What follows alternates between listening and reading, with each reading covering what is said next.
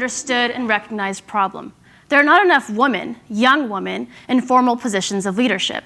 We also have a common assumption that in order for young people to succeed, especially young women, it's important to find the right mentor. This is largely true. However, it's not as simple as that. It's not as simple as going up to a young woman and asking her to make a life-changing decision and take on a leadership role. It's more complex than saying, hey, you should run in this election, or you should take a shot at that job.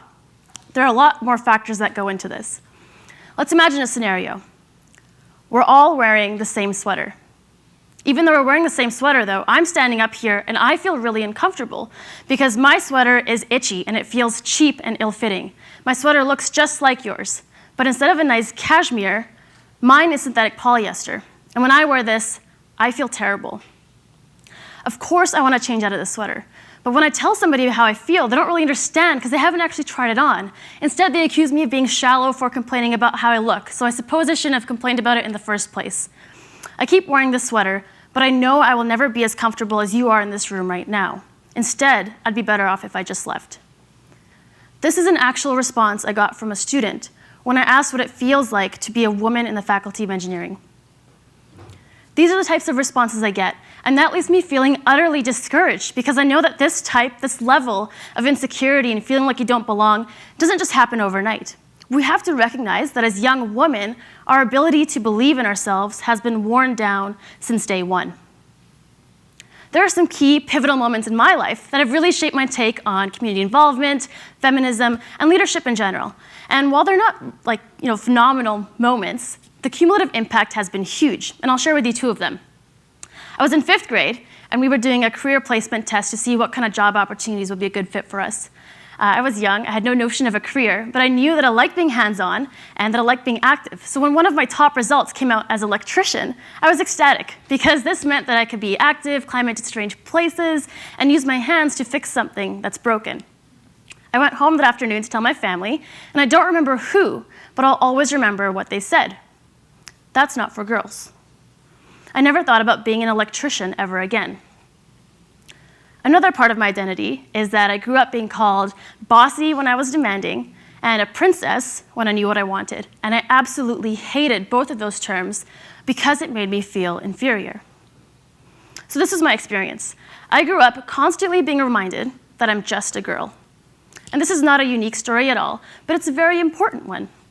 If we want young women to succeed, we have to realize that the power in everyday small pushes forward or back can have a really, really big impact. So, what do we do about this? If self-worth and self-confidence are critical factors in being able to take on leadership roles, how do we address this? The answer is really incredibly simple. It's important that all of us, as parents, teachers, mentors, are extra conscious in how we approach young girls and women. That's the only way that we can have a really big impact from a young age. And I'm no saint myself. I know I recognize when I've done the wrong thing and harmed somebody else and pushed somebody else back, my sister. I remember her coming up to me one day. She was so excited. She had this awesome idea, and she really wanted to share it with me. Instead of helping her figure out how to get there, I immediately asked her all the questions that pushed her back, and I suggested all of the obstacles she would run into. This is exactly the wrong approach to take because it pushed her back. And we have to realize the impact that can have. And this is just part of the cycle. Girls are socialized from a young age to be critical of themselves, and we are socialized to feel inferior. And we can see the impacts of this cycle right now, of a lifetime of women having been pushed back. Thankfully, there's also a lot of positive pushes that I've experienced, and these have helped cancel out the negative ones and balance them out. An example of this is in one of my undergraduate classes.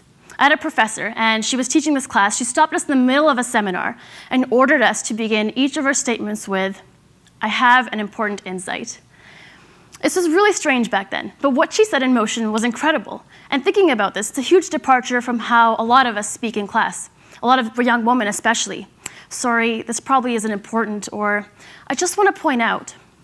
Saying, "I have an important insight," gave weight to our words. Every time I caught myself saying something that harmed or undermined me, I stopped, and this significantly changed the way that I thought about myself and how others perceive me. The power of words is it's huge. So this is an example of how all those positive little impacts, everyday repeated pushes, can help cancel out and balance out the negative ones, and we have to be extra conscious of that. So by the time that somebody did approach me to run in an election and to run as a candidate, I definitely took it seriously. I mean, it still took me a year to figure out and say, yes, I'm going to do it. But at this point, I felt like I was worthy of being mentored into taking on a leadership role. So my solution is very simple. If we want to reach gender parity in the world of politics, business, science, we have to help women knit a better sweater. It's not that women can't achieve these goals, it's that a lot of us feel like we don't deserve it or that it's not even worth trying. And there's a very simple answer here: the power of positive pushes. All of us in this room, as parents, teachers, mentors, we have the ability to help women rise to the challenge of leadership. And that comes down to everyday repeated pushes forward. Thank you.